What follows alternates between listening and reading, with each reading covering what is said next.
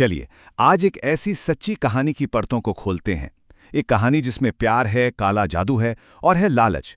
ये तीनों मिलकर एक ऐसे पारिवारिक धोखे को जन्म देते हैं जिसके बारे में सुनकर शायद रोंगटे खड़े हो जाएंगे।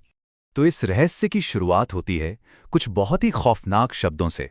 ये शब्द एक भाई ने अपने ही भाई की लाश को देखकर कहे थे, मैंने ऐसी लाश कभी नहीं देखी। ये कहानी असल में अपने सबसे भयानक मोड़ से शुरू होती है। गांव के एक स्कूल के ठीक पीछे एक बिल्कुल सुनसान खेत में, जहां एक जिंदगी का बहुत ही बेरहमी से अंत कर दिया गया था। देखिए, ये कोई आम मौत नहीं थी। ये एक बेरहम वहशी हत्या थी। और कमाल की बात यह है कि पहले तो इसे आत्महत्या का नाम दे दिया गया और फिर लोकल पॉलिटिक्स ने इस पूरे केस को, समझिए, दफन ही कर दिया। पर एक सवाल था जो हवा में तैरता रहा कि आखिर ये किया किसने। कातिल तक पहुंचने के लिए ना हमें पहले पीड़ित को समझना होगा।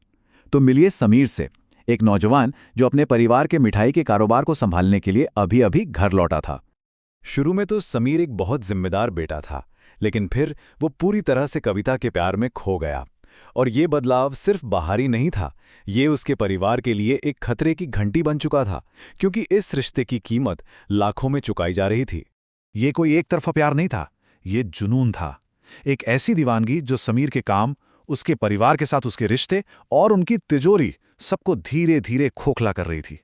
जब परिवार को कोई रास्ता नजर नहीं आया तो उन्हें यकीन होने लगा कि यह किसी इंसान का काम हो ही नहीं सकता। उन्हें लगा कि उन पर कोई काला साया है और इसका जवाब ढूंढने के लिए वो एक अलौकिक दुनिया की दहलीज पर जा पहुंचे। तो एक साधक के पास परिवार पहुंचा और उन्होंने जो बताया वो चौंकाने वाला था।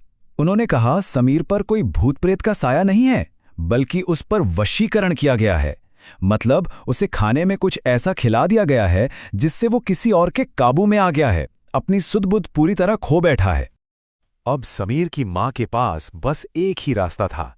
साधक के बताए अनुसार उन्होंने अपने ही बेटे को उस काले जादू के असर से बाहर निकालने के लिए एक सीक्रेट मिशन शुरू किया। एक ऐसा मिशन जिसके बारे में समीर को जरा भी भनक नहीं लगनी चाहिए थी। और फिर हुआ भी वही। धीरे धीरे जैसे कोई धुंध से बाहर निकल रहा हो, वशीकरण का असर टूटने लगा। समीर को जब होश आया और उसने अपनी डायरी देखी तो उसके पैरों तले से जमीन खिसक गई। उसे एहसास हुआ कि प्यार के नाम पर उसे लाखों का चूना लगाया गया था। धोखे के इस एहसास ने प्यार की जगह अब गुस्से को दे दी थी। समीर गुस्से में बौखलाया हुआ कविता के परिवार से अपना हिसाब करने पहुंचा और शायद यही कदम उसकी मौत का फरमान लिखने वाला था। अपने भाई से सिर्फ 5 मिनट में वापस आने का वादा करके वो उस अंधेरे में कहीं गुम हो गया। वो एक अनजान बुलावे पर गया था और फिर कभी जिंदा लौटकर नहीं आया। जब इंसाफ के सारे दरवाजे बंद हो गए ना, तो कहानी में एक बहुत अजीब मोड़ आया। ऐसा लगने लगा जैसे समीर की आत्मा खुद अपने लिए इंसाफ मांगने लौट आई है। और इस अलौकिक इंसाफ का पहला निशाना बना समीर का अपना चाचा, जिसे वो प्यार से बड़े पापा कहकर बुलाता था। उसी घर में रहते हुए चाचा के साथ अब अजीब और बहुत डरावनी घटनाएं होने लगी थीं। कहते हैं कि हर रात समीर का साया उनके सामने आकर बस एक खामोश सवाल पूछता था, मेरे साथ ऐसा क्यों हुआ? इस रोज रोज के खौफ ने चाचा को अंदर से पूरी तरह तोड़ दिया था और उनकी सेहत दिन ब दिन गिरती जा रही थी। और उधर कविता का परिवार रातों रात गांव छोड़कर भाग गया। अब तो शक की सुई पूरी तरह उन्हीं की तरफ थी। ऐसा लग रहा था कि या तो वो कानून के डर से भागे हैं या फिर समीर की भटकती आत्मा के खौफ से। जवाबों की तलाश में और इस खौफ को खत्म करने की उम्मीद में बेबस परिवार ने एक आखिरी कोशिश करने का फैसला किया। उन्होंने एक पंडित को बुलाया, ये जानने के लिए कि आखिर सच है क्या। पंडित अब सच बताने ही वाला था।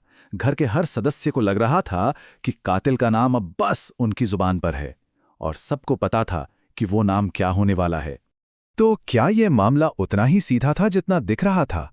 क्या ये वाकई कविता के परिवार का बदला था या फिर सच में समीर की आत्मा ही इंसाफ चाहती थी? पंडित ने जब खुलासा किया तो सबके होश उड़ गए। उन्होंने कहा कि कविता का परिवार इस गुनाह में शामिल तो था, पर वो सिर्फ मोहरे थे। असली कातिल वो तो घर के अंदर ही मौजूद था। और फिर हुआ कुछ ऐसा जिसकी किसी ने कल्पना भी नहीं की थी। जैसे ही पंडित ने पूजा की आग भड़काई, एक चिंगारी सीधे जाके चाचा के कपड़ों पर गिरी और बस आग क्यों लपटों के साथ साथ उनके अंदर दबा हुआ सच भी बाहर आ गया। वो सबके सामने टूटकर बिखर गए।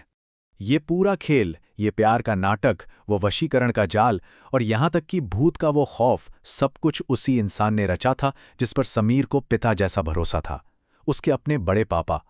और मकसद? सिर्फ और सिर्फ लालच। हाँ, कातिल चाचा को तो पुलिस के हवाले कर दिया गया, लेकिन ये कहानी ना अपने पीछे एक बहुत ही डरावना सवाल छोड़ जाती है कि ज्यादा खौफनाक आखिर है क्या? वो अनदेखी अलौकिक बुराई जिसके बारे में हम सिर्फ कल्पना करते हैं, या फिर वो असली बुराई जो हमारे ही परिवार में, हमारे ही बीच छिपी होती है?